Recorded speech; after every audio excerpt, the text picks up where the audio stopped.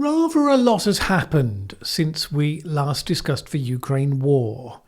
Lots of drama, and yet how important it all is to the final outcome remains to be seen, in spite of the breathless anticipation by a number of commentators. So yes, Yevgeny Prigozhin and the Wagner group marched on Moscow, trying to get to the truth of events between the claims and the counterclaims, and the general fog of war is pretty tricky. What is clearly the case is that Prigozhin miscalculated, having spent months grandstanding and campaigning, raising his profile in opposition to the military establishment. He quickly reversed course, meekly, for now, accepted exile in Belarus. How easily he will be sleeping in his bed there, we can but speculate. It seems likely that it was never entirely in his head to launch an actual coup against Putin. He never claimed to be doing so. The fact that some of the people around him and some of the people in the places they passed through, and then crucially Putin himself, suggested that that was indeed what they were about, was probably one indicator that he'd gotten the dynamic wrong. Up until now, he had engaged in ferocious rhetoric against the military establishment, by which we mean figures like Sergei Shoigu. The establishment had relatively mildly pushed back, and Putin remained above the fray. If you watched my video some months ago of how Putin sees the world, you'll recognise that this has been part of his standard modus operandi: publicly outsource responsibility to certain groups for various issues. When they are under attack, step in as the honest broker to mediate, on the people's side, of course, in solving the problems. So we had this apparently bizarre situation where criticism of a war in the mildest possible way on one side of the divide could see you thrown into jail, but the pro-war milli-bloggers, and most importantly Prigozhin himself, could say the most inflammatory things about the military so long as they weren't directly aimed at Putin himself. They seemed not to just be tolerated, but even encouraged. How Prigozhin understood that situation, how he framed his objectives within it, it's still really speculation. But in any case, something dramatically changed in his world. Because having embarked on a dramatic course of action one day, he did a complete about-turn the next.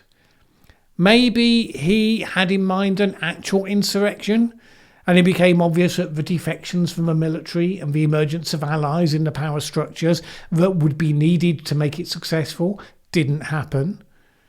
Or maybe it was Putin coming out and alleging that it had been insurrection and rebellion that made him realise that there was suddenly a lot more exposure than he had thought to the other action that he had embarked upon. Given that Wagner had actually shot down several Russian military planes and helicopters en route to Moscow, it's hard to ignore that a line had been dramatically crossed. And the point for Putin is the perception of what happened. All of this comes on the eve of Putin's widely expected announcement that he will run for re-election as president in the election in 8 months' time.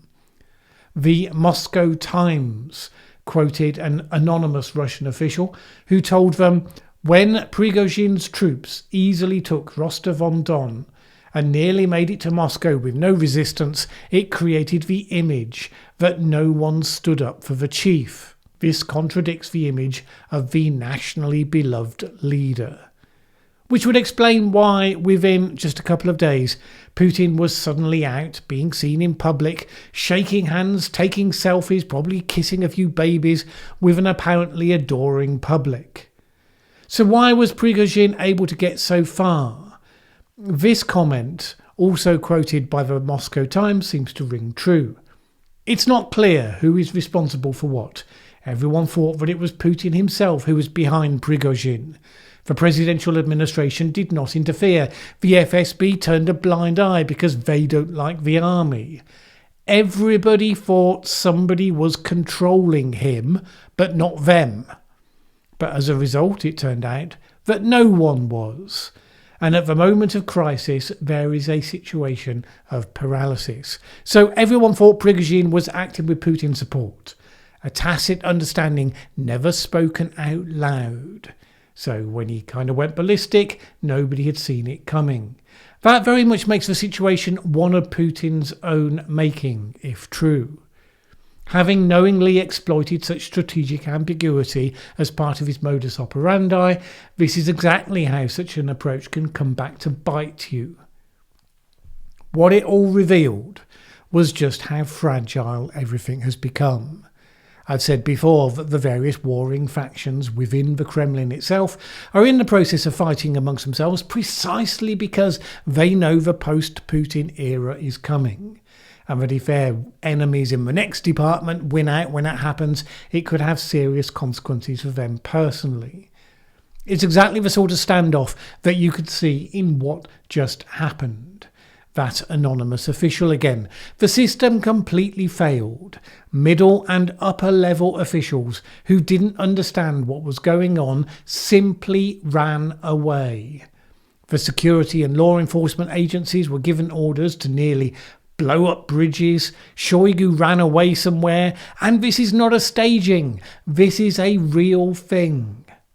Not only that, but when the rebellion was thought to be underway, Russians did not notably try to stop the mercenaries on their way to Moscow. Indeed, some cheered them on.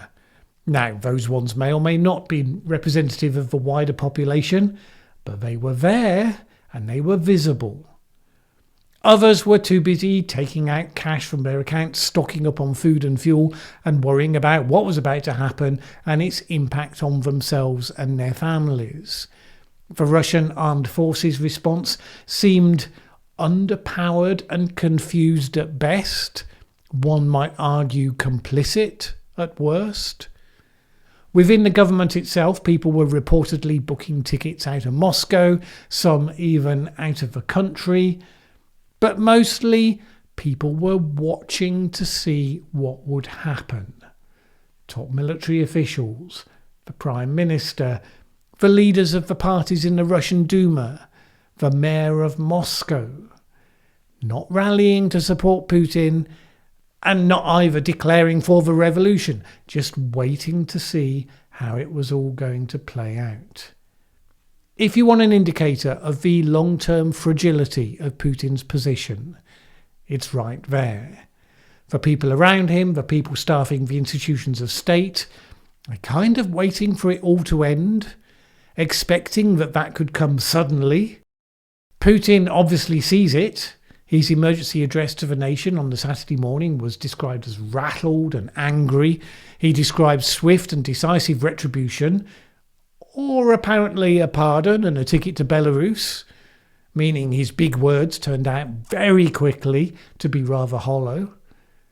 Again, don't forget, Wagner shot down planes and killed Russian soldiers on the way to Moscow. So for all of that to be forgiven and forgotten, it's hard not to see that as extraordinary weakness.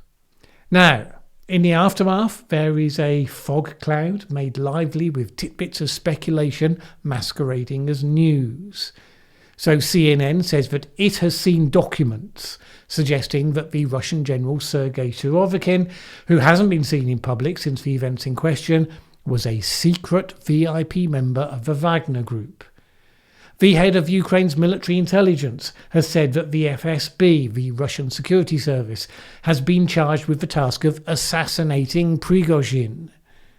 Now, either of those things could be true, but at the same time, there are plenty who benefit by sowing confusion and suspicion, so I wouldn't jump straight away to conclusions in the way that some people are doing. So what does all of this mean? Some were writing, even as the events were unfolding, that it meant that Putin was finished.